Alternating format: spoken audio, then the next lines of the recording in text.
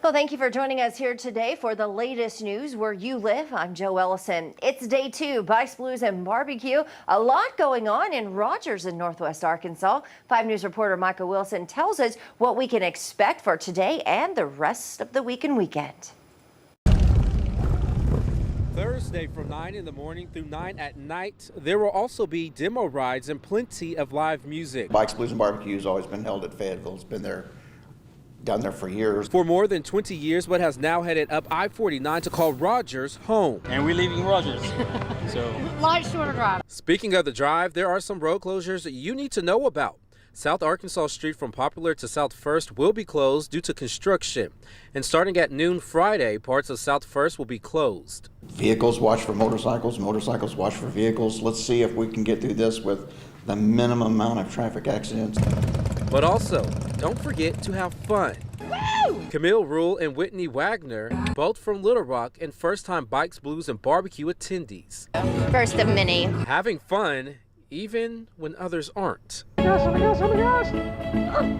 many fun people here. There's so many things to do. There's so many different brands. To make sure it stays fun and safe, Rogers Police will be keeping an eye out on everything. From 10 in the morning to 3 in the morning, and we're going to be out there and doing our best to keep everybody safe. Calling it all hands on deck, pulling in an additional 40 officers to work the rally. Expecting somewhere around 300,000 people in the area. Everybody needs to give it a shot. It's great. A lot of good food, music. Let's show Fayetteville we can do it a little bit better. Well, that was Micah Wilson reporting. Now, before we get to other news, let's get a check of the weather with meteorologist Zach Scott. And Zach, it looks like fans of Bikes, Blues and BBQ, they have some good weather heading their way. Yeah, any event that we've had around the area the last couple of weeks, the weather's been great. It's been dry, it's been quiet. We need some rainfall, but yeah, we've got some beautiful weather around, even a cooler weather heading in as we are tracking a couple of fronts. One front's already moved through. All it's really done is give us a wind shift from the south to the north today. A little breezy, and it's knocked temperatures a degree or 2 at most across northwest Arkansas. You're not seeing a change at all across the River Valley. We're expecting highs for back-to-back days around 85 to 88 degrees for the I-40 corridor into the Ouachita's. 80 to 83 is where we'll be in northwest Arkansas. All sunshine today. Did mention that northwest wind 5 to 15, gusting to around 20 miles per hour. It does elevate that fire danger and fire threat a little more today because we've already, again, got the dry vegetation. We've got the dryer in place, so that makes it easy for the spark to get going. But then you factor in the breezier conditions. Any fires that were able to get going would be able to spread pretty rapidly. All right, we're going to continue with tracking that front heading our way. Another breezy day tomorrow, but with this front, this one's actually got a cooler and stronger push of that cooler air on the backside of it. That's going to impact our temperatures for Friday into the weekend. Check this out. Northwest Arkansas going from the lower to mid 80s today in the last few days to 70s on Friday. You've been in the upper 80s for the last few days in the River Valley. You're going lower 80s Friday. Cooler air continues to come in. Saturday, we're 60s to 70s across the region, and 5 Country looking great on Sunday with 70s expected there. So we'll continue to track the fronts the next few days. Rain chances come back next week. We could have our best chance for some beneficial rainfall next Wednesday, Thursday, Joe. We'll keep our eyes on that in the All right, thanks so much, Zach. All right, more affordable housing is on its way to Fayetteville thanks to a collaboration between several nonprofits. The development is called Cobblestone Farms Community, and it will be in West Fayetteville on Weddington. Once it's finished there, it'll be 89 units that can house between 300 to 400 people. According to developers, the rent will range from $325 to $625 a month, which is well below market value. Now, New Heights Church owns the land where the housing is being built. Organizers tell us there's a housing shortage there in that area, and people at the lower end of the socioeconomic spectrum get hurt the most. The homeless numbers keep growing, and we just got a crisis of affordable housing. And we want this project to be a model for how faith-based organizations like New Heights Church or any other church can collaborate with secular nonprofits and governmental entities and lending institutions to bless communities across the nation. Developers are hoping for the development to be move-in ready by the end of 2023. On the same land where this development is being built, there's also Cobblestone Farms that grows food that they donate to those in need throughout the community. And Tyson announcing that all corporate employees will be relocated to their Springdale headquarters.